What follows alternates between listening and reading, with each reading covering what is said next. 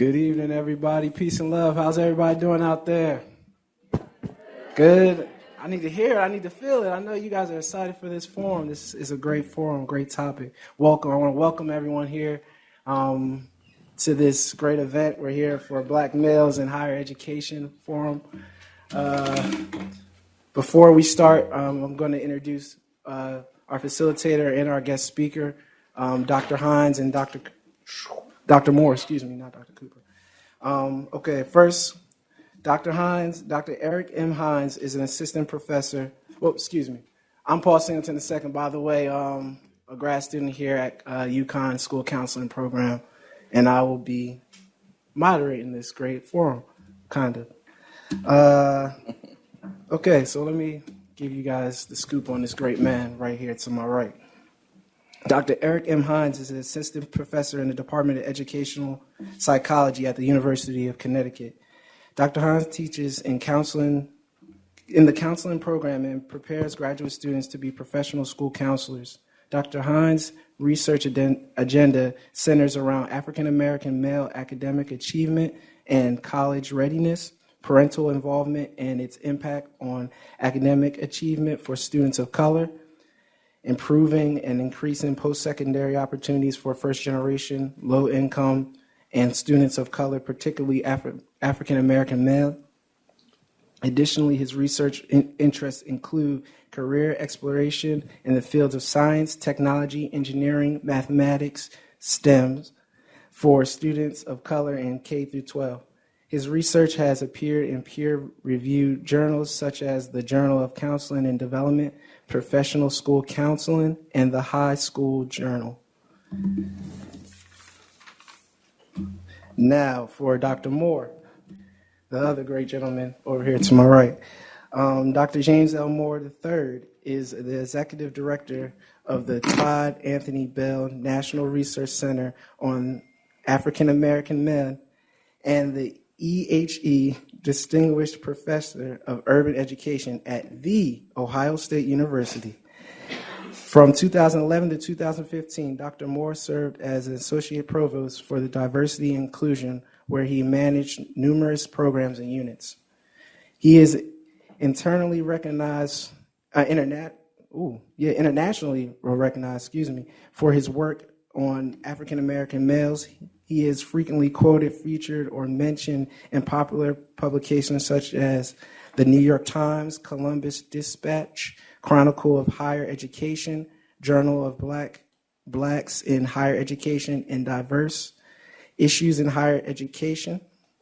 Recently, he co-edited African American Students in Urban Schools, Critical Issues and Solutions for Achievement, African American Male Students in Pre-K through 12 Schools, Informing Research, Policy and Practice, and Black Males and Intercollegiate Athletics, and Exploration of Problems and Solutions. Thus, he has published over 100 publications, obtained nearly $9 million for his work, and given over 200 scholarly presentations throughout the world.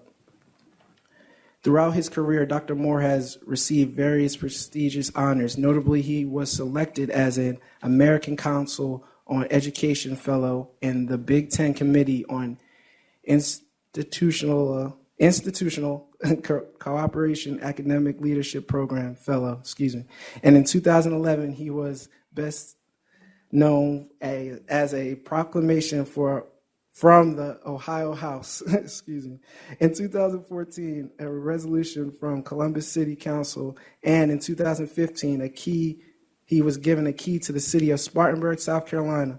Dr. Moore is a native of South Carolina and currently lives in Virginia with his beloved wife, Stephanie, and his 3 children, James IV, Selena, Ava? Sienna, okay, thank you. And Savannah Marianne. And we're doing a live Twitter feed with the hashtag being UConn BLK Forum. So I know everyone has a Twitter out there, so please participate. And I appreciate your time. Thank you, Mr. Singleton. Good evening, everyone. Good evening, everyone. Glad to hear that. So before we get started, I wanted to do some special acknowledgements. I see our Vice Provost for Academic Affairs is in the house, Sally Reese, if you would raise your hand. So I also want to say, give a special acknowledgement to Maria Martinez, who's our Vice Provost for the Institute of Student Success. And I saw my Associate Dean here today at the Neag School of Education, Casey Cobb.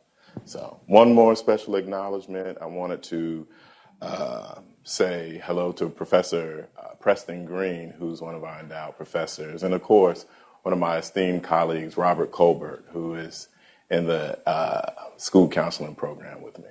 Okay. If I've missed any deans or provosts, would you please raise your hand? Okay, I'm just making sure. All right, so we'll go ahead and we'll get started. Again, the hashtag for this conversation tonight is UConn BLK Forum.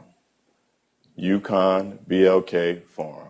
Well, I see one of our great philosophers, Dr. Lewis Gordon. How are you doing? So I wanted to go ahead and let's get started. So Dr. Moore, the first question I have for you this evening is, can you talk a little bit about your background, your career path, and what led you to the work and the research in the area of Black male success from preschool all the way to the workplace? Good evening, and it's a pleasure to be here. And I've been embraced with the UConn love, and it's going to be very difficult for me to leave. But nevertheless, I'm from the rural South. You can hear it in my voice. It's modified. I don't sound just like the natives, but if I go back, stay there a little longer, my tongue gets a little bit more lazy. But nevertheless, I'm James Moore III, and my son is the fourth. And my grandfather, I lost him a couple of years ago. He would have been 92. No, he was 92 when he passed away. And we refer to him affectionately as the Black Aristotle. And he says, if you see suffering and hear about it or experience it, your life just never going to be the same. I saw a lot of suffering in the rural South, and it affected me. I had a privileged life. I grew up in a blue-collar home, and my dad always told me, son, you don't know what you have until you leave. And when I went to college, I got to see and I got to reflect on things that I never knew until I went to college. My grandfather was living, he would say he had a weather education, and I didn't know what a weather education was. It's because he would say he went to school when it rained. When it didn't rain, he had to pick cotton. And that was the life. He was shaped by Jim Crow in the South, but not bitter. Much of my family, they always said, use your education. And if not only use your education to better your life, but use your education to impact the village. So that's always been driven in me. Vocation in Latin means calling. And I wanted to find something that I would do for free. And the work that I do is free. But it was important for me to know that I thought I was going to be an NFL star, like most people in my hometown. My high school is a Nike school. Won like 13 state championships. And we play on ESPN frequently in my little mill town where I grew up. But I got hurt. I tore my ACL. And I experienced social death, if you ever know what that is, if you ever took a sociology class. It's like one day I was loved, and the next day, I couldn't get a phone call. So I knew what that was like. And so I wanted to go in counseling. I saw death with my own eyes, and when I had reconstructed knee surgery, my coaches didn't even come and see me. And it affected me in a profound way, and as a result of that experience, it made me think about life in a different way. That, as my coach would say, I'll tolerate you until I can replace you. And I don't think it was unique to my coach. I think that's what capitalism produces. Everyone is always looking for another James Moore to put somebody else's name on the door. And so I wanted to make my life meaningful. And if my mother was living today, she would say, I'm a much better person by not playing ball because I spent all my life focused on it. And so out of that, when I had that experience, and when I had reconstructive surgery, it was during the Christmas time, and my grandmother had a stroke on my mother's side, and my grandfather had open heart surgery. So you can imagine how troubling that was. And on my street, to give you a context, in the South, we don't say just cousins. We say fourth cousins, third cousins, second cousins, first cousins, aunts, grandparents. They all lived on the same street where I lived on. My world was segregated, not only between racial groups, but it was segregated even within the group. Because all my life, everybody was always related to me. So that was a paradigm shift when I went to college. And my coach told my parents that he was going to take care of me. And when he didn't, he created the worst sin in my family's life. Because when you say you're going to take care of somebody's child, you take care of it. So nevertheless, I was in a room with an elderly gentleman. He passed away in the room with me. So I'm going through all of this. I lost like 20 pounds in like 2 weeks. And so afterwards, I was depressed because I was a pro prospect. And when you tear your ACL in my day, it was meaning your career was over with, particularly when you went to a small school. And so at Christmas, my mom worked in social services. She worked on the economic side in social services. She retired 32 years doing that. We always adopted families. And I was depressed. I didn't know it. Probably needed to see a counselor. Didn't know it. And I would start mentoring a young man whose father wasn't in his life, because we always adopt a family for Christmas times. Christmas is transformative in my family's life and helping and giving to others. And so I started playing with that young man. My mom was kind of monitoring me because she was concerned. I had lost all this weight. I had reconstructive surgery. It was an emptiness that I was experiencing. And she said, "Son, you'll make a great counselor one day." And she planted the seed in my mind, and I said, "I want to be a counselor." Not knowing that my mother wanted to be a psychiatrist one day, but she came from a big, poor family, 10 brothers and sisters.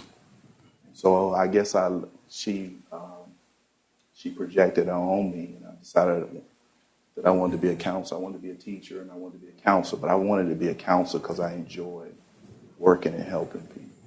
And so that's really, I don't talk about it because it's still painful. No matter how much success you have in your life, it's still a sad space inside of you, because I've always achieved a lot, not to be boastful, but I always knew how to commit myself to any goal. And that's the only thing. The NFL is the only thing I can't scratch off. I even married the woman who I said I was going to marry when I was in the 6th grade. So that was the kind of person I was. I was going to work toward those goals. So what shaped my experience, South Carolina, how many have been to South Carolina before? And most people in here, if you're in the Northeast, you went to Hilton Head, you either went to Myrtle Beach, or you went to Charleston. That's usually what most people will say. But the state is a poor state. It's very poor. It's 30% African American. In my part of the state is where the future is. In other parts of the state, we call it the corridor of shame, if you've ever been down I-95. And Obama featured one of the schools that the poverty rate, some of the counties are 100% black. I'm talking about counties, not areas. And I was always shook up by that experience.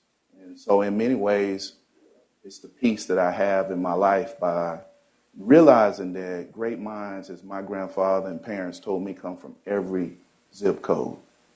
And I believe that. So I tried to foster that in my own work as a scholar, as a mentor, as a father. I try to even convey it to my own children, most importantly, that they're how privileged my kids are in ways. I don't want them to forget the experiences that my grandfather had in their lives.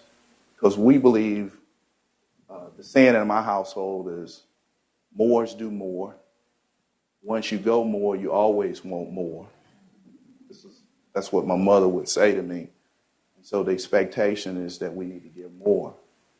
And I'm the first one in my family to get a PhD. But as my mother would say, I'm not the last one. So a whole bunch of us got it now because human beings are wanderers, always trying to see over the horizon. And when you grow up in the rural South, my grandfather, it wasn't nothing but land and space. Two brothers bought 100 acres of land because they were farmers. And boy, we didn't have nothing but space. We had a lot of football fields out there. And so that's how I kind of got in. I started out as a teacher and I was a counselor. Then I knew I loved being a teacher. And I'm really shy, and people don't know that. I'm really a shy person. It's hard. I got my helmet on, metaphorically. My mother would say to me and say, "Why are you so shy, son?" I said, "Because you play in front of all these players." I said, "I got my helmet on." So I'm pretending I got my helmet on right now, that people can't see my face. But the fact of the matter is that my family told me about the power of teaching. And as my grandfather said, the great teachers don't have to say a word. They teach in their behaviors, how they walk, how they talk. And I wanted to be a teacher because like a football player, I play defensive back. It's just you and the ball and that player, and you're trying to stop them. When you teach, anybody in here want to be a teacher or a counselor? Man, it's the most transformative experience. It's your stage. And your students coming to see you perform. Just like when I played football, I didn't want to let people down because I wanted to perform at the highest level and deal with young minds. Young minds believe things that sometimes people in my grandparents or parents' generation didn't believe, and I wanted to be a part of that. And I'll stop there. So my whole life is being a part of that groundswell, that tradition that I came from. You left out a few careers that you have engaged in, from school teacher to school counselor to now distinguished professor. Also, you were the former associate provost for the Office of Diversity and Inclusion. And now you're on leave from Ohio State as a directorate for the NSF and the Initiative of Broadening Participation. So with that being said, and also executive director for the Todd A. Bell National Resource Center on the African American Male. So I want to talk a little bit about your role as an executive director there. Can you talk about what the Bell Center does for African American males, and why is it named Todd A. Anthony Bell, and kind of some of the outcomes that you all have produced at The Ohio State University? I know Black males has been a passion of yours for a while. Well, I think it's important, and I'll certainly highlight this. The center, I didn't found the center founded me. I graduated from Delaware State University. I stayed in Medgar Evers dorm. One night the lights went out and all us males went out in the hallway, and back in the old dorms, we didn't have phones starting out in our dorms. I know some of you all can't imagine that, right? We had pay phones. And I remember talking to all my friends. Most of them were from hardcore urban areas, the Bronx, Hartford, Philadelphia, Washington, D.C. They were from hardcore urban areas. I'm a country boy. I didn't know nothing about it. They were fighting for space. We had a bunch of space. They thought I was country. I just thought they were cityfied. But I learned so much in that experience.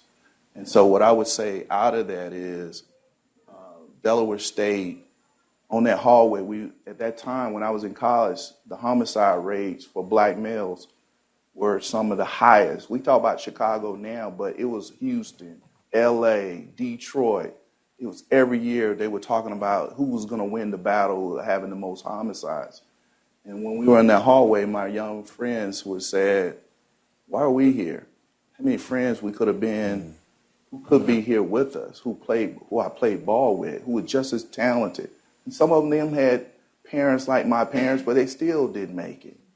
And so I couldn't understand this. And so the last I would say about that, and I'll connect, out of that hallway, it was about 45 of us on that hallway. How many of you think on that hallway actually graduated? I'm the only one who graduated. There's still one of my buddies who I came in as a football player. He's from Orange, New Jersey. He needed 3 credits, and I still don't know to this day whether or not he got those 3 credits. So my whole life I've been shaped by this experience, like, man, why me? what is it about me? I don't think I'm special. And so that kind of connected to me around why I started doing work about black males. It's like to study what are the issues and what is it about me that allowed me to continue to make progress through the pipeline and through life. And so I got really interested. And so in 2000, when I was at Ohio State, there was this movement around people became interested in the status of black males. And it's a wave of this every other decade. That we say we're going to be interested in black males, then we just stop the momentum. Well, Ohio State the vice provost went to Morehouse. And if my memory serves me correctly, Dr. Mays was his president. Anybody know anything about Dr. Mays and Morehouse? He created the archetype of a Morehouse man. And if you've ever been there, you'll see a statue of him. And Dr. Stewart at that time, he had sent both his sons to Morehouse. He went to Morehouse. They could have went anywhere, but it was their family tradition. And he said, we can do more for black males on this campus. Ohio State needs to be a leader in this work. So what we did differently than a lot of places, we studied the issue. We spent a year studying it, really understanding the deep nuances. Why young black males, no matter when their families had a PhD or a JD, those young males, they did better than the ones who were from low income or maybe hardcore urban areas, but they weren't doing as well as their counterparts. So we studied it. And what came out of that, we needed a one-stop shop that served black males. We didn't see black males in SGA. You didn't see them in anything. They were virtually invisible on this campus, on our campus. And so when we created the center, listen, and when I tell people this, they can't believe it. In 3 years after the center was founded, we passed black women for their retention rate. That's unheard of in America, that black males' retention rates are better than women. You got some places that are doing better, but it's unheard of for black males' retention rate. Now, black women have passed us, but we bring in 2.5 times more women than we do males. It's not statistically significant. Not that I'm trying to say our plight is worse than others. What I learned really quickly was we needed to change the way young men thought about themselves and change the way the institution thought about them. Oftentimes, black males are seen as a part of a group rather than an individual. And regardless of SES or geography, location, whatever, people see us as a group rather than an individual. And so as a result, our goal this year, when I started, we had 240 black males with a cumulative 3.0, around a little over 240. Today we have 473. Our goal this year is to have 500. Now, the interesting thing, some of the flagship institutions, some have less than 500 black males on their campus. Institutions like UConn and Ohio State around the country. I'm telling you, we're going to get 500 who have the cumulative. Because what I learned when I studied Morehouse and I thought Dr. Mays was the greatest architecture of developing young black males in the history of this country, is that what he fostered was an ethos of excellence. An ethos of excellence. And most of us, we use that term, but we don't know what that looks like. I know UConn basketball team, I'm glad I got to go in there and see all those trophies that the women have won. There's an ethos of excellence. And one of the things I learned about when I studied places that did stuff on, whether it's ballet, whether it's tennis, watching the Williams girls, I studied anything that people did it at a high rate. Was Misty Copeland? I'm looking at it. I'm looking at the nuance, and it's a common pattern. There's an ethos of excellence that exudes. And I said, how do we create that? And that's what we tried to do through the Bell Resource Center. And as a result of that, we had challenges, but now the institutions see us, we're the trump card now. Because not many institutions can say they do a really good job with black males.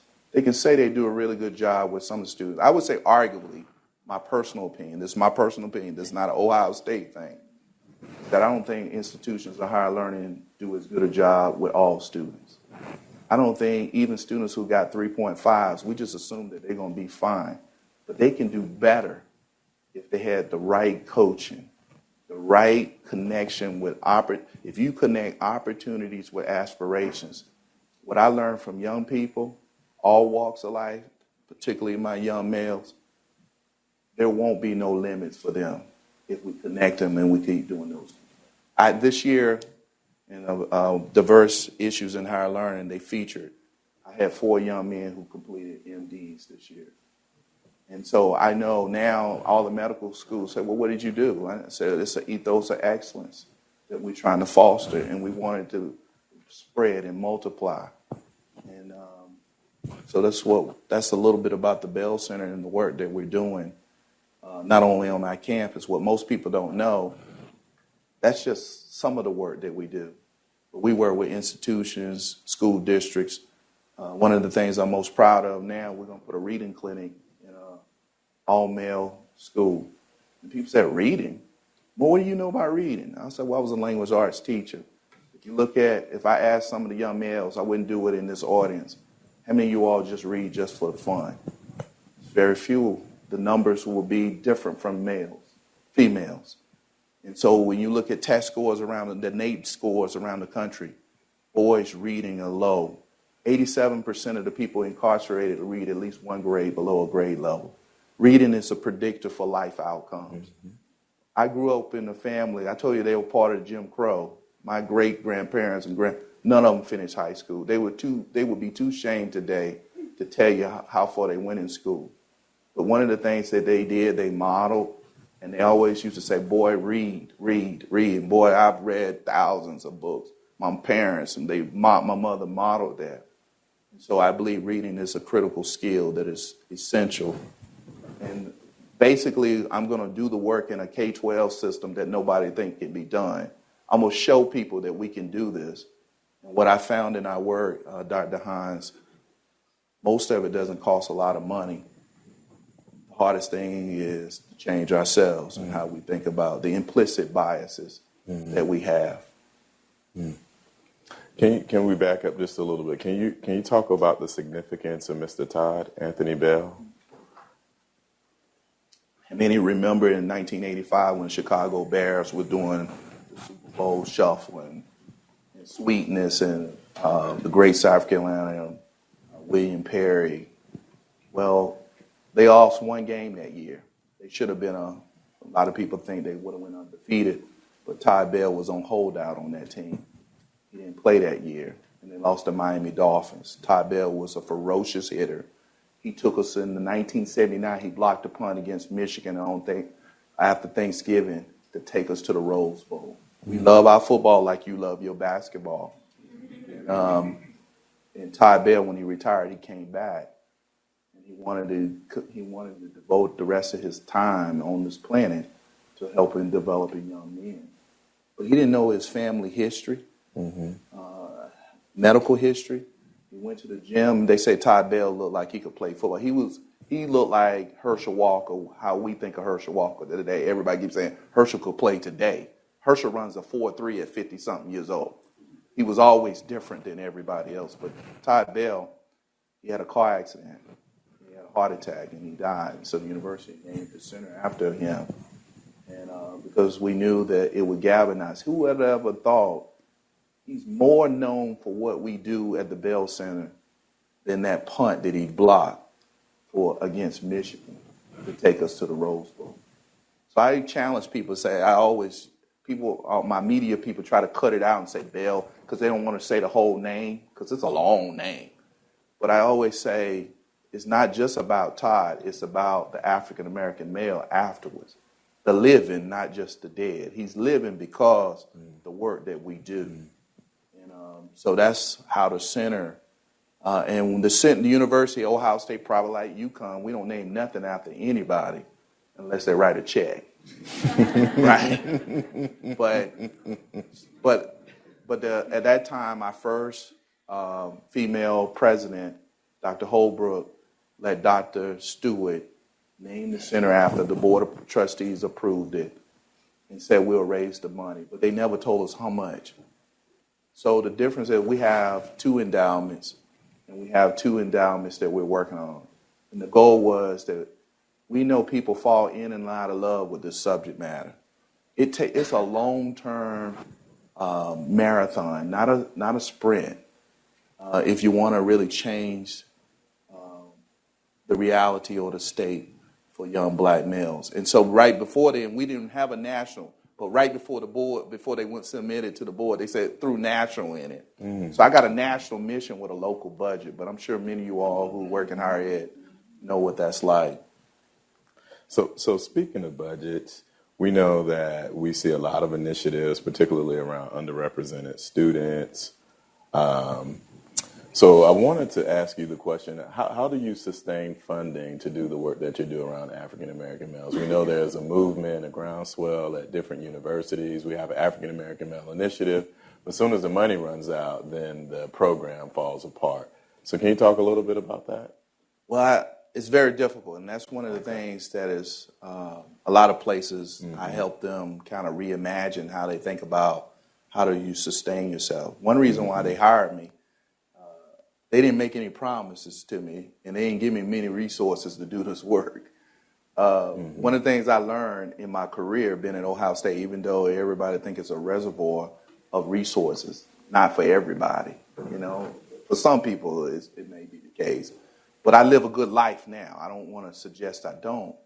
But one of the things I learned about the institution, because we are situated in the institution, and one reason why I was hired, he told me that after the fact. He says, you got to know what Ohio State values.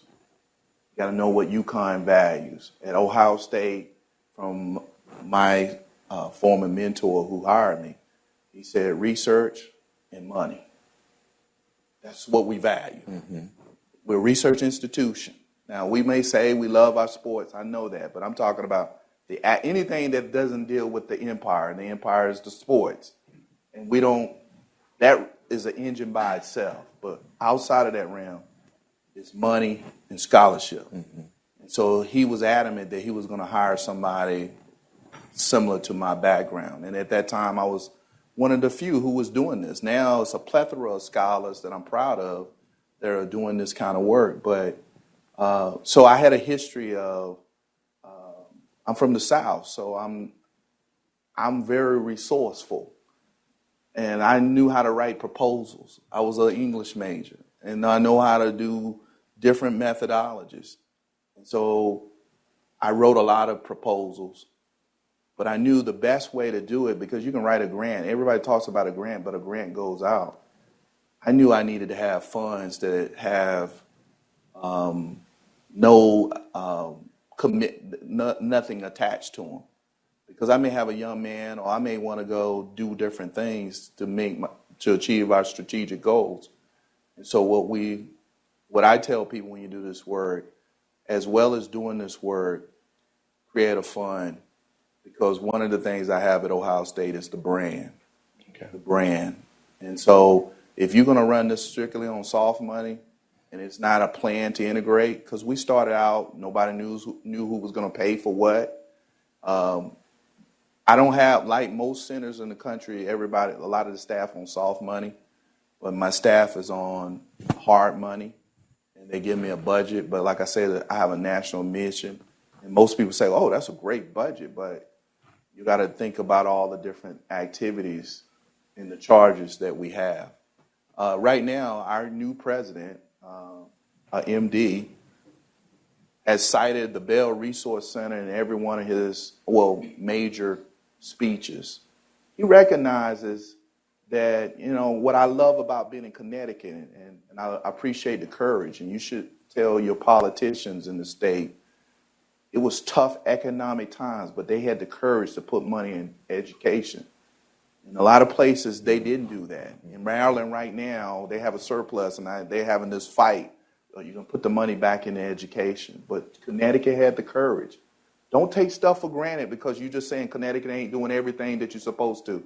Sometimes you have to leave your space, and you realize, man, Connecticut doing a whole lot more than other places, but you don't know that because you live in an existential vacuum. And so what I would say, what has been beneficial, we've gotten contracts from the governor's office We have donors who are very committed. They see the passion that I have. I mean, if you meet some of my young men, you say, man, who wouldn't want to make this investment to see what they can do? And not only that, we don't give anybody a pass, whether your mother and father got money or whether they're poor. We say, first of all, great minds come from every zip code. And I have examples. Every time a kid give me an excuse, I show them one of my many students. I'm going to give you many examples of kids who come from worse conditions than you came from, and they're achieving at the highest level. And so now, when my institution don't want to recruit my guys, tell them we go with the best package. We go with the best package. People calling me and say, how can I get on? So you got a good package for them? Because I'm teaching them that you got to be resourceful in your journeys. So I get Michigan. They'll come down and just a visit. And I know we hate Michigan, right? So I'll get Michigan to come down and visit, because at the end of the day, my theory is this, and we got to do a better job in higher education. I want to treat my students so well in their journeys that they will give back to the Bell Resource Center and that we can keep this thing going. And guess what? 2 years after two of my most esteemed graduates, one has a CPA, got a CPA in 2 years, right? He's a bad brother, and you got to meet him. He's so humble. And both of them, one from Atlanta, one from Cincinnati. I sent them, one of my donors gave me some money. It wasn't a lot, but who knows? It didn't take a lot. It was what I needed. They were the right person. Those young men last year raised $10,000. And the first time, we don't create endowments at Ohio State unless it's minimum $50,000. Because of these, they were the first two African-American males with that short juncture being out of Ohio State raised that money. They said, we need to do something about this. Because institutions, let me just say it, African-Americans got to start doing better in giving to the institution, even when they may say it's not been the institution they want, because you don't give to the institution, you give to your cause. And not only that, at one time I was giving more to the Bell Resource Center than I was giving to my own alma maters. And so I had to think about, but I wanted people to know I write my own personal money for this because I believe in it. Because guess what? I got a son. And my wife didn't understand the importance. She kept saying, well, you keep writing them money back to the Bell Resource Center. So I had to send some money to her university. So I created a scholarship in her name at her university so she wouldn't ride me so much. But until my son had some of the same experiences, he's not poor. Both his parents are highly educated. We're in the top 10% in salaries in America. And I told my wife, I said, it doesn't matter because of income like people say. Because people don't see who his parents are. They see this young boy. I had to fight like hell to get him in a gifted program. Hey, I'm on the National Gifted Board. I'm like, I write about this stuff, and y'all gonna tell me. But I had to be nice about it, right? Because I was a nice person. You don't want to deal with my 5 feet wife. Because I wouldn't want to deal with her if I were a teacher. And I told her that. But I'm just saying that our center tries to give people the resources and the utility. Let me just frank, because I know the audience, it's not all African American here. And somebody here said, well, why is he? I have white families who call me and say, you sound like you're talking about my son. Well, males around the country are underachieving and low achieving at high levels. And this country is not paying attention to it. I'm not saying women don't have issues. I am a firm believer, I'm an advocate that everyone should have access to a quality education. Everyone, but in our country, we struggle with that. Connecticut struggles with it. Ohio struggles with it. South Carolina struggles with it. How do we do that? And that's what we try to do at the Bell Resource Center. We try to write policy papers. We go on Capitol Hill. We try to help inform some of our legislators because they make decisions. And I'll give you an example. We're going to write our office, going to be Office of Diversity and Inclusion. My new VP is going to do we did an amicus brief, and it's going to be the only one for the Fisher case. It's the only one that focuses on black males. And most people don't understand who's going to be the most vulnerable in these kind of policy decisions. And I'm going to tell you, she didn't know how significant it was until I told her I was going to do a study looking at a school district that had 6,800 students, and it had 18 high schools, 6,800 students graduated that year. And I wanted to know how many black males were going to graduate in the top 5%, Dr. Hines. How many you think graduated? Well, you heard me speak this earlier. Only 5 out of 6,800 in the top 5. Then I said, well, I can do a qualitative, but I wanted to do a major quantitative study. So I said, let me look at the top 10%. There were only a total 16 more students. So 21 black males in this school district out of 6,800 graduated in the top 10%.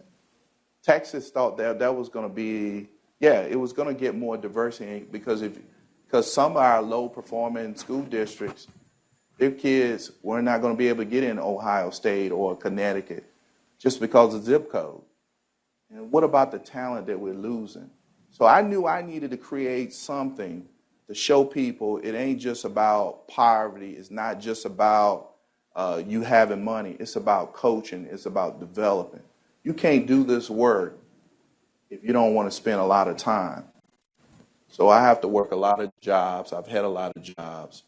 I'm always trying to keep some of my staff, because I got some staff on soft money. Right. So given the work that you're doing now at the Bell Center, can you tell us what are some of the critical factors that influence the recruitment, retention, and career development of black males, particularly black males at predominantly white institutions? Let me just say this. Some of the same issues that black males have at predominantly white schools, they have them at predominantly black schools. Okay. I think some people think that I went to a historically black college. And I'm not suggesting, if you look at some of the data, you would say, well, we're celebrating some of these schools and they're not being very successful. States putting money into some of these schools. But let me say, I recognize that they're not funded at the same level. So I want to be clear about that. But how can somebody live? I cannot, the way I am, I'm saying who I am. And some say you're guilty of having too much success. I can't keep mediocrity around me. My wife will tell you I can't sleep at night. I'm a bad person to hang around. I'm just not a good person to be around. Especially when people start saying we can't do something. Or because you grew up in, what's the city start with a B in Bridgeport? Bridgeport. I forget. My best friend married a young lady in Bridgeport. And she was very bright, but she always told me what the kind of hell she called living in an environment like Bridgeport. People didn't think she had a brain, but she was really smart. And there's talent like that I want to be a part of. I want to be able, my goal is to be around, develop young people. And I don't want no awards. I don't want them to give me anything. I just want them to be able to see what they can do for their families like I'm able to do for my family. You know, I got to fly. We're flying one of my nieces to home with us over Thanksgiving break. She has like she's a very good student, but she doesn't have the support in her life but my wife and I think she deserves. She deserves the life that we have, but her parents ain't giving it to her because they have other things going on in their life. And I told my wife I refuse to let her throw her life away or not having somebody who can help her make those right decisions and coaching. And some of the decisions she's making, we make decisions based on what we know. And young people don't know enough. We don't know enough based on what we know. And I see that all the time. If we want to do this, we got to be strategic and deliberate and intrusive in our quest to help students to be the best that they can be. I summon them to be the best they can be. And one of the things that is a problem, I'll tell you, we got problems. All the black males don't embrace this. But I always say, if you don't embrace excellence, I ain't got to run you away. You're going to run away yourself. That's just the way when people like what you have to offer, and so many do, because I really think preparation is a journey. It's not just what you get in high school. We just always, when we say preparation, we always talking about K-12. But we got kids who come from high-dollar institutions are not performing. We got faculty members, and Dr. Reese knows this, who come from some of the top institutions who don't get tenure. It ain't because they're not smart. It's something else. And so that's what I want. But you know what? It's easy for us to say because they don't have the brain power, they don't have the education. I respect Dr. Reese and her husband because when I was a grad student many years ago, they were sort of the few people talking about talent development. And it resonated with me because I was developed. I wasn't born the way I am. I was developed. I was coached.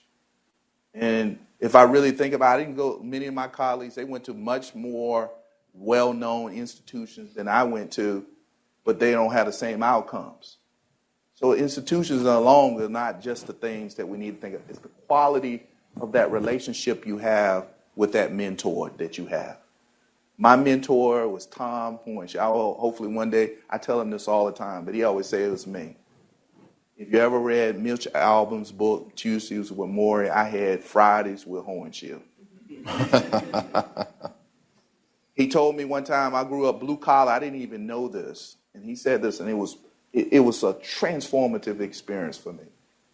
I said, Dr. Hornshaw, I just want to help people. I don't care about money. And he looked at me just smiled in his quiet. And he says, it's okay to make money, James. And he broke down the academy in a way that was, he said, people pay me for what I know, not for what I do.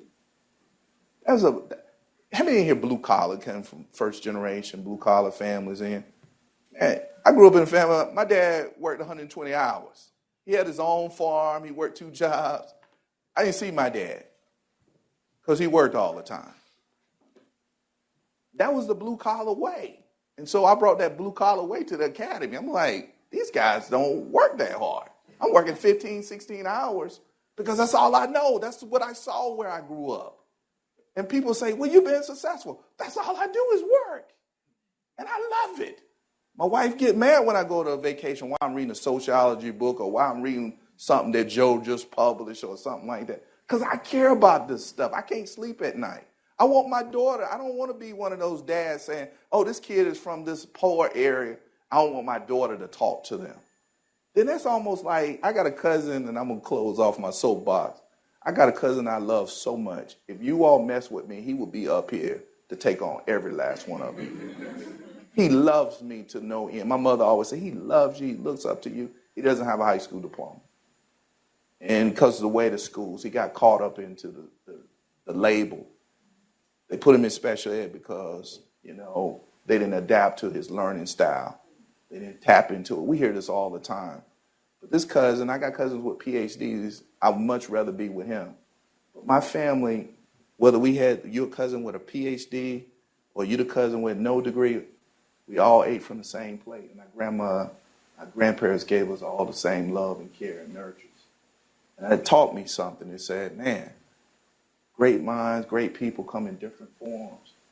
How can you help? When you help some of these families say, Dr. Moore, I just don't know how I'm going to help my son get through Ohio State. I'm counting on you. Somebody give you their baby, their sons, and say, I'm counting on you to help them get through. And boy, when they graduate, my glasses are like this. I got lipstick everywhere. And it's well worth it. And we all that's not just my story. If you're in this business, you're going to have it. And so but not only when we created the center, Dr. Hines is doing the work. Mm-hmm. I knew I needed to have a campaign for disseminating the outcomes, not to the academic community per se, in terms of the traditional stuff that we do, the journal articles and that kind of stuff. I knew I needed to make sure on our campus I need to do as many press releases as I work our people more than anyone. I said, well, you always giving us, because I said I need people to know that there are Gabby Douglases. Mm-hmm. See, we wouldn't have got to see Gabby Douglas if she didn't have those families who supported her. And all of us was crying. All of us were crying when Gabby Douglas was doing her thing in the Olympics. But nobody sees all of that stuff that it takes to get somebody to that level. And so what we try to do is promote it. Okay. Study abroad, we promote that. We got more young men now in the history of the university. History. do study abroad, and they now come to me and say, Dr. Moore, I'm transformed. I took some to Kingston, Jamaica. Kingston, Jamaica is like being in Baltimore, Maryland, in my mind. You don't see the beautiful beaches like you see in Montego Bay. You ain't getting rum juice like you getting in Montego Bay. It's like being in Baltimore. My best friend is from Baltimore. But you see, I tell my young people, I say, look at that. Could you look at their conditions? Is your poverty like their poverty? It takes away feeling sorry for yourself. I said, because that young man, if he had your chance, he will maximize it. Because, by the way, when I was in Kingston, Jamaica, my driver in Kingston, he participated in some of the discussions, and he was about to cry, and he said in his quiet way, he had a strong Jamaican accent. I had to sit there and listen to him, but I didn't say, excuse me. He said, my fiance lives in Hartford, Connecticut. And he said she spends 6 months in Hartford and 6 months in Jamaica. And I knew when I came the last time that when they shared about Hartford, it's a strong Caribbean. And it made me think about it. I said, I'm going to be going to Connecticut. And he was saying, I want my daughter or son to have the same opportunities. Whether you're white or black, I noticed that's what people want. They want their kids to have it. And we're trying to help people get it. We're trying to transform others to do that. Okay, good stuff. So you talked about what you do on campus and some of the outcomes that you produce, but we know, particularly for students of color, I know myself, you, and Vice Provost Reese, we had a conversation about some of the factors that cause students to drop out of school. So we know that financial aid for many students is a critical factor in retaining them. So as a former associate provost in the Office of Diversity and Inclusion, what, if any, initiatives did you put in place to ensure students who needed additional aid received access to it? And money is a big issue. And what I had to convince my supervisors that we got to stop making excuses. We got to go raise the money. This institution, if we needed a new side of a football field, they would have found the money. And but not only that, the other piece I knew what was critical for my success, at least for the work we do with the young men on campus, is collaboration. I know I had the best relationship with my financial aid, and believe it or not, financial aid fell on one of your former Dolan, Ivanovich, which is a good friend. And I developed a special relationship with them. And they knew if I made that phone call, because I always tell students, Moore, I ain't going to lose my reputation. I'll take the risk, but you can't come back to me if you screw it up. I had a young man from Chicago. And it was something it left a lasting impression on me. And I got my supervisor to help hire us a development person full time through the office. Now this is the Office of Diversity and Inclusion, the Bell Center, and there's multiple things that falls within it. A young man from Chicago, south side of Chicago. He graduated this year, by the way. And he called me. This young man only needed $2,300 to come to Ohio State. For some of us, man, we would love to just pay $2,300, right? But his mother and father couldn't get even a parent loan. And he said, Dr. Moore, he sent me this beautiful email. Even though I knew his school counsel, because I trained school counsel, I had met them at a talk that I went to. And he said, I sent my supervisor an email, and I said, hey, we got to open up the vault. But this is what I'm going to tell him. And I said, she said, okay. So I got him. I said, I'm going to give you the money, but you got to come and work for me during he had work study. He worked for me. And I told him, I said, if you don't have a 3.0, or I'm going to throw your bags out of the dorms myself. Now, some people say, Moore, did you say that? Yeah, I did say that. I knew I could say it. You can say a lot of stuff when you give somebody something, because I didn't come to him and ask him for nothing, right? Well, don't you know, he wanted to go in business, I kept saying, have you thought about ag business? And he said, you're looking at me like I'm from Chicago. What do I know about ag business? He majored in ag business. He graduated with over a 3.0. Because every time I went and talked to him, he would bring a new girlfriend to me every semester. So we had to talk about that too. That I say, you're losing your focus. You're not doing the things that we talked about. And I said, quit messing with these young ladies and hurting their feelings. And you know what? He hugged me. I mean, his family gave me the biggest hug this past graduation because he said nobody else would tell him that. I told him that his GPA is like his social security number.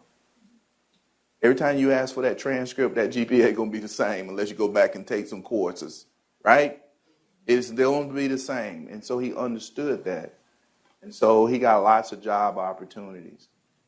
These are anecdotes, but I can give you a whole list of examples of, I don't want people to think, we get a lot of kids who families are college educated, but those students need the same coaching.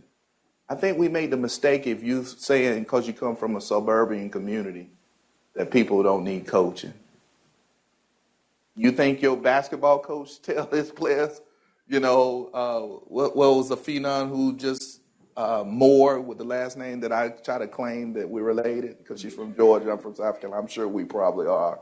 Is that you don't think the coach was ever coaching her, and arguably she might, besides Cheryl Miller, she might be the greatest women basketball player who ever put on a basketball suit, one of them. But she got a lot of coaching, and that coaching has led to her being the first round draft pick. I really believe, and she was All-American in high school, right? She was All-American. So why do we think if you got high GPA or you come from the right community, you don't need coaching? Because I don't know any coach who would say you don't need coaching. And so that's the methodology that we use. We try not to say, I can't stand when somebody say retention counseling. I get a visceral response. I like to think we're doing success coaching, coaching people to be successful. Okay, all right. So besides financial aid, I know a lot of us see on campus that stress and anxiety is a big issue too, impacting academic success. So what role can counseling centers on campuses play in outreach to Black males who are having challenges adjusting to campus? Like I said, that stress and anxiety piece, and possibly facing challenges back home with family obligations and responsibilities, particularly given the stigmatizing label or attitudes that are toward mental health care, particularly from African Americans. Wow, this is a long-standing tradition, and we've been very fortunate, and it's not limited to the Bell Resource Center. This happened before. Our counseling center, I think it sees more students than any place in America, and we don't have enough still. We have our counselors. We have several African-American males. Dr. Dennis Alexander, we just named an award after because he was sort of like influential in the center starting. He has counseling sessions at the Black Culture Center. Let's just say it. Let me just tell you, those who don't know anything about counseling, Black males are least likely to utilize counseling than any racial group in the United States. And when they do go to counseling, it's either mandated by the wife or the mom or court mandated. And they're more likely to drop out of counseling than anybody else. And I know we got several counseling scholars in here that can bear witness to that. So what we try to do in our sessions, we integrate Dr. Alexandra, and each and every year, because it's an APA site that you can do your year internship, they always hire Latino, African American, or a diverse group of male individuals who provide counseling sessions. So one, they provide some of the counseling outside, and if I call Dr. Alexandra, we know that if one of our young men have mental health, we need to see, unless he's not there, he will even come in because that we want certain counselors to see our young men, not because the others are not. It has a lot to do with what they think about counseling, not really about whether or not the counselor is skilled to do it. And it's a little bit easier when you know, because even men, grown men don't want to use. I know counselors who say they don't want to go to counselor. You figure that one out, right? And so I would say that you have to, what we've tried to do, because our center, we don't have the capacity really to serve every student and do all this.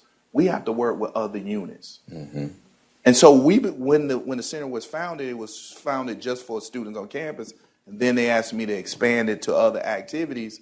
Is that the job was that we would have someone in the center that will help people. But in order for me to send somebody to you, I have to already have a relationship with you. Right. And when I say that, my staff need to feel comfortable with you. So what we try to do, we know who the financial aid, I know I'm going to call Chad. We know if we have residential issues, I'm going to call so-and-so. I know if I'm going to have these kind of issues, I'm going to call the chief of police because he's my man, right? Not only that, I bring the chief of police when I do my early arrival I have the police department got African-American male police officers who understand the institution to help my young man to be able to engage police officers when they're on campus. Because it's so easy, I'm not demonizing police. I'm thankful we got police officers. And so I don't want people to walk away and say I'm demonizing. But sometimes they may not think African-American males should be a part of the academic community sometimes, because there's so few of us. Unless they recognize you're a football player or a basketball player. We can kind of see those because of their size. And even some of them sometimes have challenges. How to engage the police officers, even if you think they shouldn't be asking you for your ID. So we got to try to have an engagement with the whole. Not only that, we have connections with the outside. We have the largest, we stole this from Morehouse. We call it the Gathering of Men. We have that we bring in a speaker. Whoever win our national Mac A. Stewart Award for someone doing great work around black males national, they become the speaker of our Gathering of Men. And we invite people all around the community to come. And what I learned, the black male professionals need this just as much as these students. And some of them will tell you, I'm just here. I only got 5 minutes, 10 minutes. Next thing you know, you look and you say, why are you still here? Because they need it. Because sometimes on their jobs, they're experiencing things being a part of that group rather than being an individual. Okay, good. So I want to ask one last question, and then we'll start engaging the audience through question and answer. I know you all are probably eager to talk with Professor Moore. But one of the challenges that I see is that we always talk about black males from a deficit perspective. Oh, they're lowest on this indicator. They're most likely to be engaged in this, or we look at the prison rate. So one thing that I always try to focus on in my work is how do we change that narrative to a strengths-based paradigm? I think, unfortunately, in this country, we tend to, no matter how much success we have, we tend to always look at what we didn't achieve. I had a student, and she was a white female. She had a 4.0 all her life. I never had a student in my whole life. 4.0 in everything in her life. And the fact of when she was taking multiple regression, she thought she was going to get an A minus. I thought I was going to have to send her to a therapist. Seriously. And so what I always said, I processed it with her. And she's council educator of the year in Illinois. She's doing great things. I always had that ability. I said, well, how is it that this one time will affect the 100 times? Why do we let that? And I think in human nature, if you look at TV long enough, and you have human interactions with people, we tend to focus on what a person doesn't have. If we did an interview with somebody right here or did a job talk, we ain't going to talk about the strengths first. Oh, well, he didn't say things right. Or his research methodology. We're going to really try. We live in a world in this country that we constantly trying to critique people, and we talk about the negative. So I tried, and even myself, I have to be conscientious about trying to use a strength-based approach. And it's hard because of all the stuff that is negative that we hear and we internalize that. So how do we do it? we have to start talking about doing work similar to what Dr. Harper is doing. It's talking about students achieve in spite of. Why do we create programs and initiatives based on what people don't have rather than what is it about those kids who might come from Hartford or Columbus or Cleveland or rural places in South Carolina that are doing well, who might be single parent, who parents might be drug addicts, who might be living with grandma. They're achieving. Why don't we study what worked for them, and maybe we might have a better way of, and that's what we try to do. And a lot of my work is how do we adapt to the students rather than expect students to adapt to us. That's a strengths-based approach. You know, we talk about schools aren't for everybody. Well, we talk about learning. I mean, Howard Gardner has written extensively about all these different things, these intelligence, right? And I always ask people, you aware of that? And people say, yeah, I know Howard Gardner. They can cite Howard Gardner like they can write his book better than he can. But I said, well, when you teach, do you try to teach to connect to all of those different areas? And they look at me, no. So we have knowledge, and I like to think most of the work that I do and I have done, I don't really think it's innovative. I just had the courage to do it.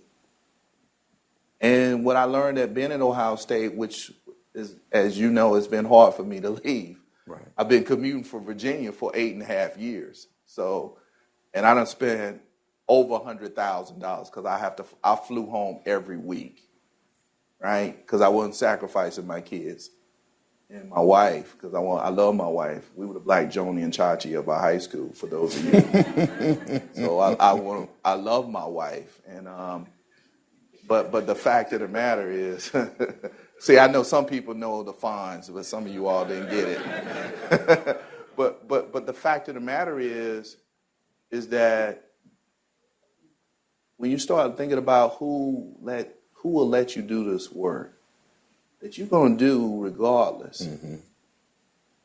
Not many places going to let me, and not only that, I took something that I watched it grow when it was hard for it to grow. And so I gave her the social provost position thinking I was going to go back to the center. I said, I've been waiting 20 years for us to get to this point in our country. And then I got this federal appointment. And it was hard for me to do that, but it gave me a chance to play basketball for my own son. My wife had to have me take me to the outhouse. She said, you have your own son. You're going to save everybody else's son. What about your own son? And that was deep for me. So now I get to play basketball with my own son. And he was sad when I came to Connecticut. He has the big emotional response than my two daughters. They got more of a personality like me, and they're more like my son is like my wife in that way, is that he just wants time. And you know what? That's what my young men want with me, time. The hardest thing about this work is how do you take care of your own self? And the counselors, we have problems with taking care of ourselves because we take care of a lot of people. And I got a lot of people who believe in what I do. And it's so finite. If I mess up, I could mess up a lot of things. You know, that's the piece that, you know, I commend you being an assistant professor, and I hope that people that know that what Dr. Hines is doing, that you'll have support, because you can't do this work by yourself. And it's work you can be driven. Passion ain't good enough. Because I can tell you, because they say love, you know, people say they marry somebody because of love. Love ain't good enough, because people fall in and out of love in America, right? So I'm saying you got to be committed to the work, even when the passion leaves, even when the money leaves, because guess what? When you get these young men, they start believing and they start opening up to you, you can't let them down. And that's what I try very hard not to do, is let them down. So I would say that I commend Connecticut. I commend Dr. Reese. I commend the faculty in this room. I commend the people who come in here. And those of you who decide you want to be, some of you all don't know you're going to be teachers. You're going to change your mind when you get in corporate America. You're going to say, I want to go teach. It's a noble job. I got so much equity in K-12 that now my students come back and tell me that they got their own families, all walks of life. They celebrate James Baldwin like I do. The Sunny, like if you ever read Kind of Blue, Sunny Blues, one of my favorite. And he says playing his saxophone is like having a hypodermic needle in his vein. Not that I know what that is, but he was saying that is the high he get from what he does. That's the high that I get for doing the work that I do, and I'll entertain any questions there. Yeah. So does anyone have any questions for Professor Moore?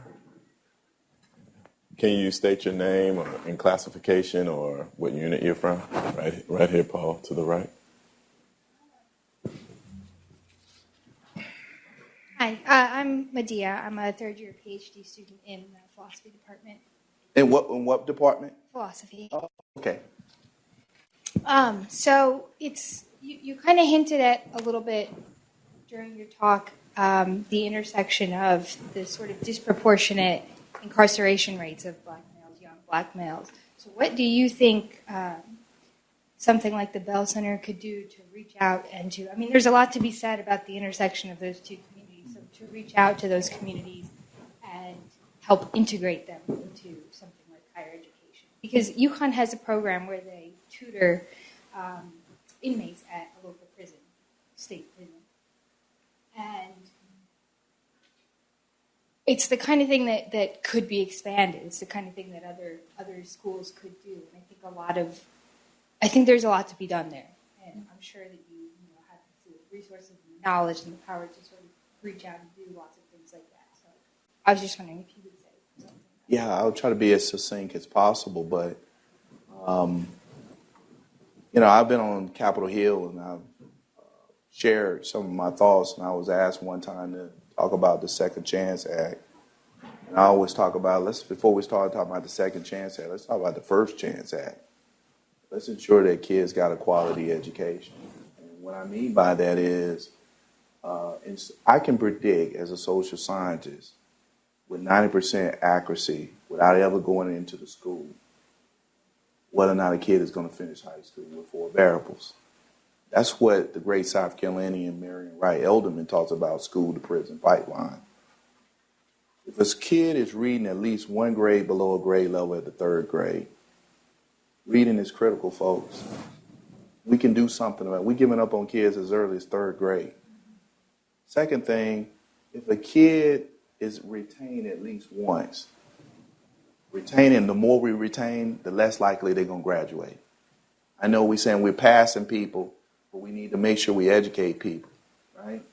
The next one, if the school is high minority, and the 4th variable, if it's a high, free, and reduced lunch, without me ever going in the building, without me ever meeting the kid, there's a 90% probability that that kid won't finish high school.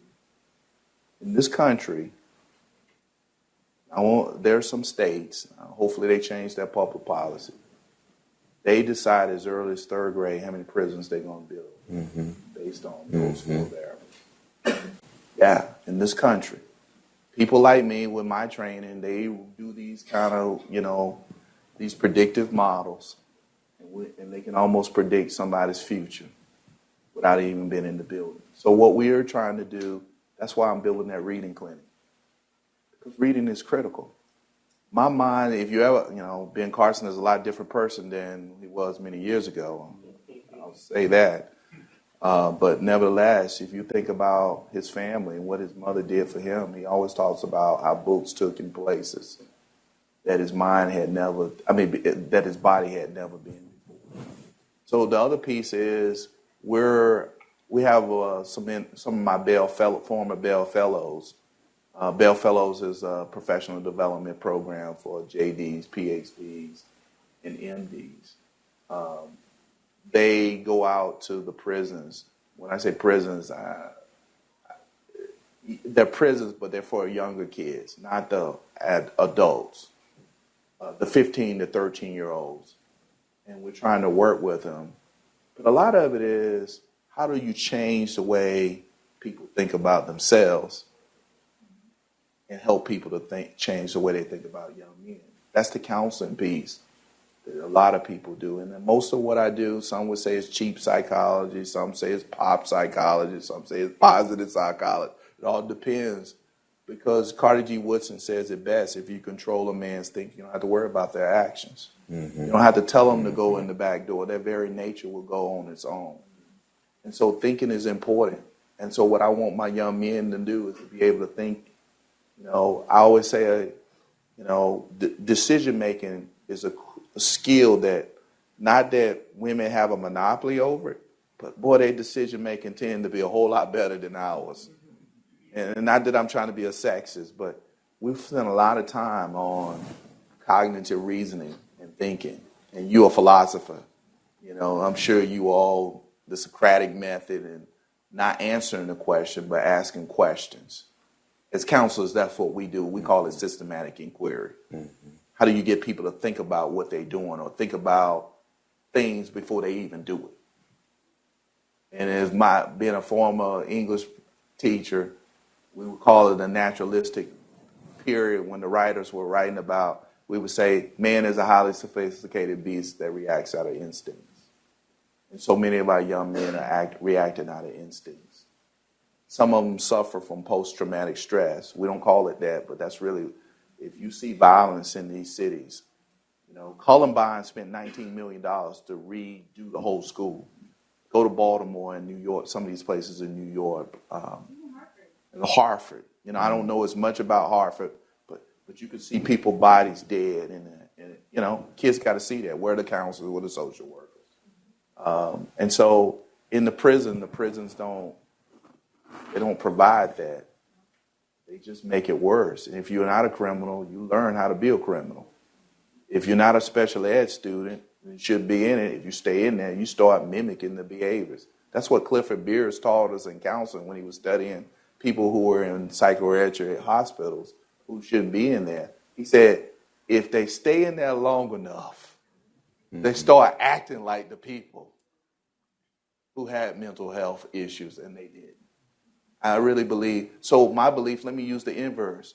If you stay around, you give people the preparation, and you give them a network, an environment that fosters excellence, you can change the way they think about themselves. And my dad loved Bonanza. That was one of our favorite shows growing up. I'm dated, but I had horses like Ben Cartwright, all of them. I was a country boy. I'm a country boy. And he would always say, son, even if you're not a stallion, if you run with stallions, you may start acting like a stallion. And you start acting like a stallion, you may beat a stallion.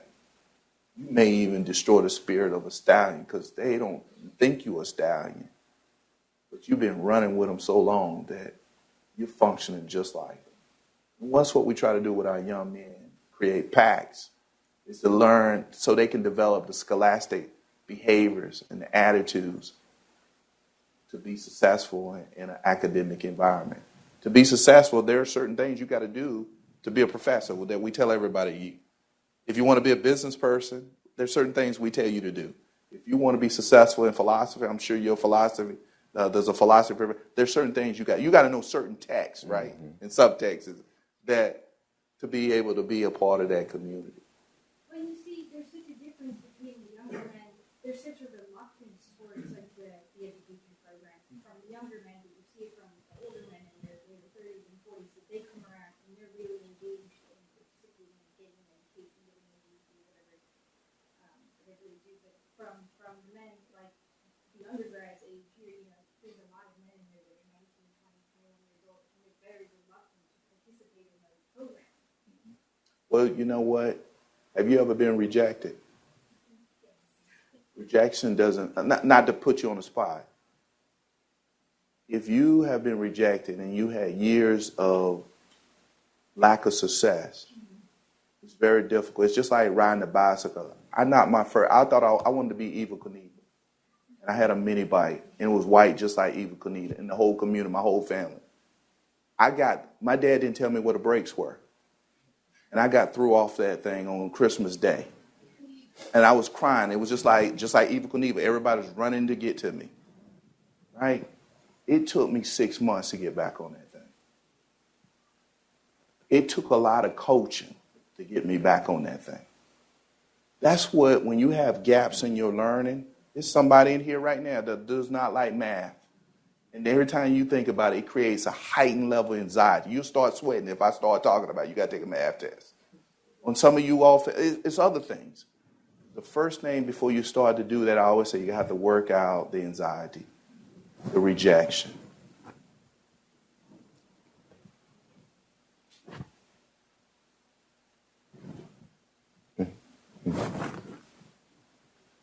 Hi, I'm Danielle Lynette. I'm a recent PhD grad and adjunct instructor. These are my students here. Right. Yay. Thank you for bringing your students. Oh, you're welcome. You were talking before about changing the thinking of the individual to change their behavior, and that's, we focus so much on that. We're in Bridgeport. That's where we've done a lot of our research in the past years, but I'm also interested in changing the thinking of the institution so we can change their behavior, because we work with these individual kids, and there are thousands of kids in the schools, and we can't get to every single one of them. So one of my main areas of concern and hopefully areas of research in the future is looking at the thinking of the institution so that it changes those behaviors. So because we see so much promise, and we see, we're in that zip code, and we see these kids who have been told over and over again that they're not going to be successful. And it's heartbreaking because they are successful. And so how do we change the thinking of the people who are in these systems? We just went to a workshop on social emotional learning in the district, and there was a small group of people who believed that, a lot of our students could be successful, but not too many. So. And even some people who say they can be successful, their behaviors don't reflect it. Right. Behaviors matter. When people say high expectations, do your behaviors reflect that? What I would say, there's a well-known counselor. His name was William Perky. He wrote about invitational education, invitational counseling. Mm-hmm. And he said, to be inviting is a conscientious, deliberate act. And so how do we create an inviting spaces? And he said you create inviting spaces through 5 Ps. People. People help create the inviting space. And they do it in their behaviors and how they interact in their gestures. Nonverbals are equally as important as what you say. And then the other piece is programs. We got gifted and talented programs. My colleague Donna Ford would say, we're still trying to desegregate. They're not inviting. They're punitive. We got other things within schools, IB programs. They're not inviting. So programs, places, where are the inviting spaces? There's a social scientist and wrote in one of the AERA journals talk about unclaimed spaces. Most of the fights take place in the bathroom, in the halls. Are our spaces inviting? How do we do that? The other one is processes. Some of our vulnerable youth who come from, and I say educational vulnerable rather than risk, they're vulnerable because we didn't adapt to the kids. We wanted the kids to adapt to the system. How do you create processes that are inviting? That they're not another bureaucratic process that overwhelms someone who comes from vulnerable places. And then, these are some of the things that Perky talks about how to do it. But it's very difficult to change. And part of that change is we have to give people another lens, because the reason why they don't think it can change because they've been in those spaces. Most of the teachers and counselors in those spaces, they were like your students. Ideal, thought they're going to change the world. But if you stay in some of these systems long enough, because some researchers says that the longer a black male stay in school, he seems to get less smarter, less smart. I mean, his intelligence in terms on tests tend to decline.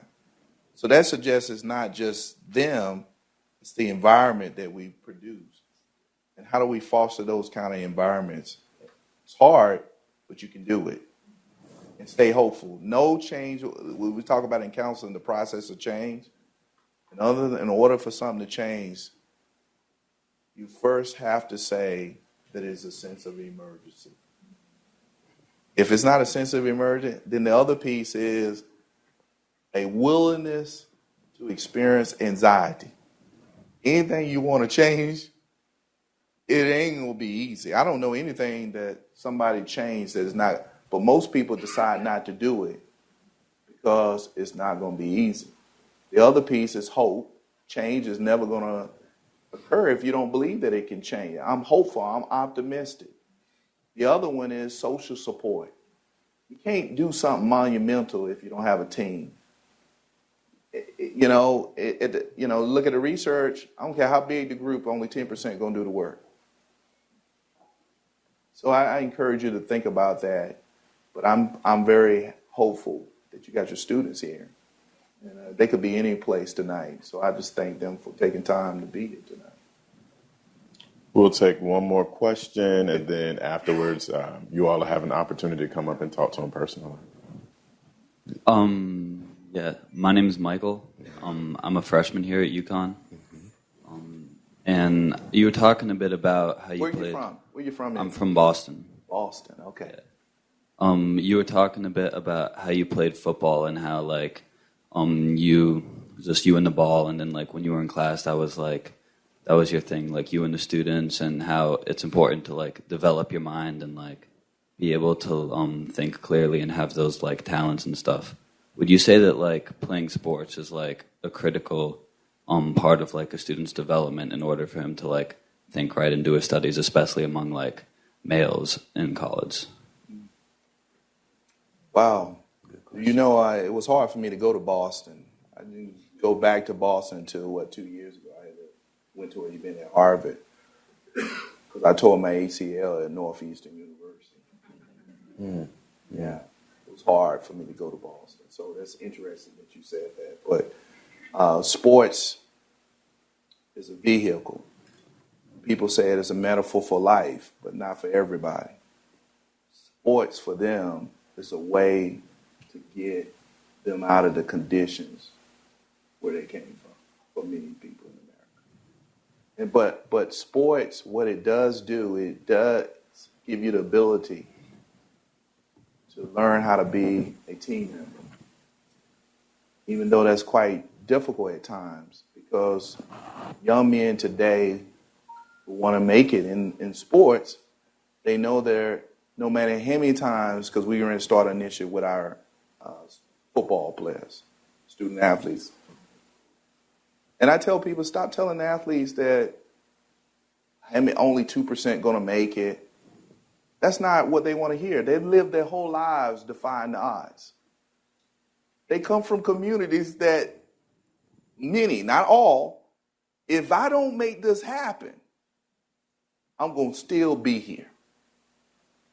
So I say what you do is build, how do you build around that kind of psychology? Because they're not going to change that. Even myself, where I grew up in my working class, why wouldn't I think I could play pro when my high school had lots of guys who I was better than? So what I would think sports is a vehicle. But the problem with sports is not the student athlete. The problem is society. And it's a fundamental issue in this country, and I don't want to spend too much time on it. And Ohio State is in one of those crossroads. Are these kids really amateurs? That's a big debate. Are they really? Who's liable for this $40,000 need that I got? It's mine now, so when I get arthritis, who's liable for it? Mm-hmm. Me? I got hurt on the job. You gave me a scholarship. These are conversations that I'm troubled with, because I did it for 16 years, and I have to think to myself, do I want to go get my head changed? These are issues that I have to think about in my own personal life. And people, all my friends where I grew up. So you going to let your son play football? Man, I know too much. Who would put their son? I mean, these are crossroads. I'm not saying you're a bad parent if you let your kid do it. I'm saying that I know too much that is very difficult. That's the learning. And the kid I forgot the former player who was at 49ers. 49ers had two players who left the game on the top. And one of them went to Wisconsin, and he just wrote his check. He gave him the money back. But he's not like some of the players because his worldview, he had other options. But some of these guys, man, I talk to, I got grown men. I'm 43 years old. And if I go back and talk to some of the players I play with,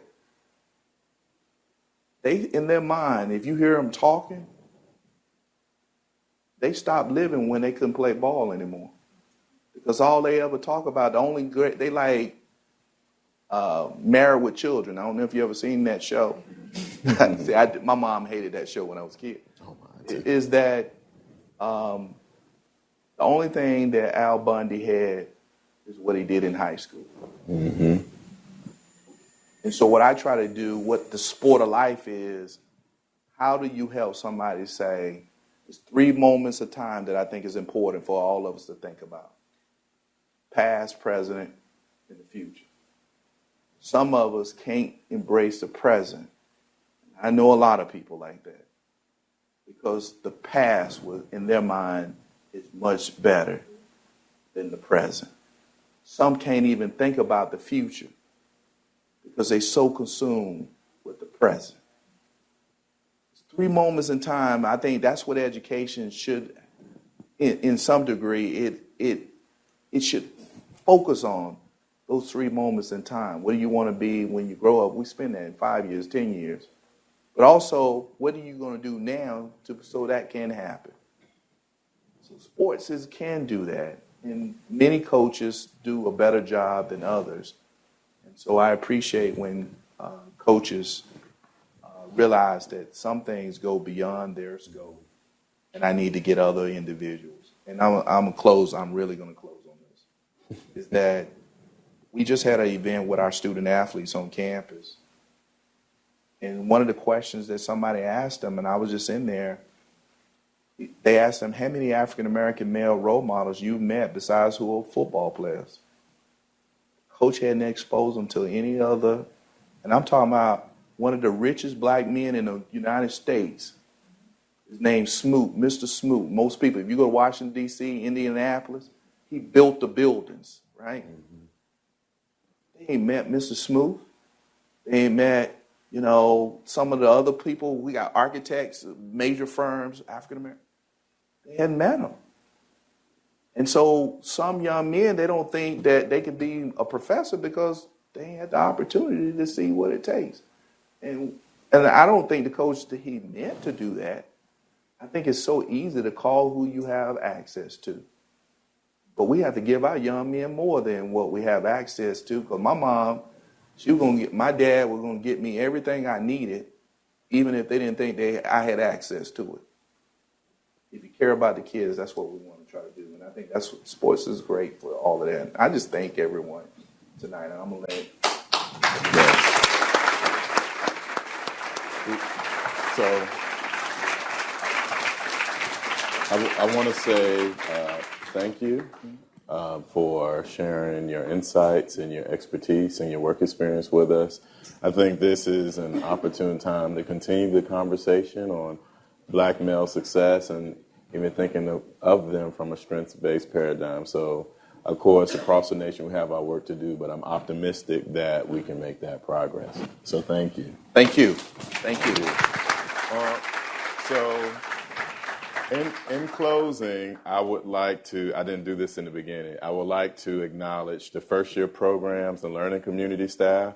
So without the partnership of David Wilmette, Melissa Foreman, and Vanessa Lukowski, this, if I butcher your name, I apologize. So this wouldn't have happened tonight. So I forgot to mention that in the beginning, and then I want to make two more corrections. Dr. Lewis Gordon, who is in the house tonight, and Vice Provost Sally Reese of the Academic Affairs Unit. So please feel free to come and talk to Professor Moore. He's looking forward to talking to folks individually. And if you have any question, comments, or concerns going further, my email is eric, ERIK.Hines, HINES, @UConn.edu. Thank you all for coming out and have a good evening.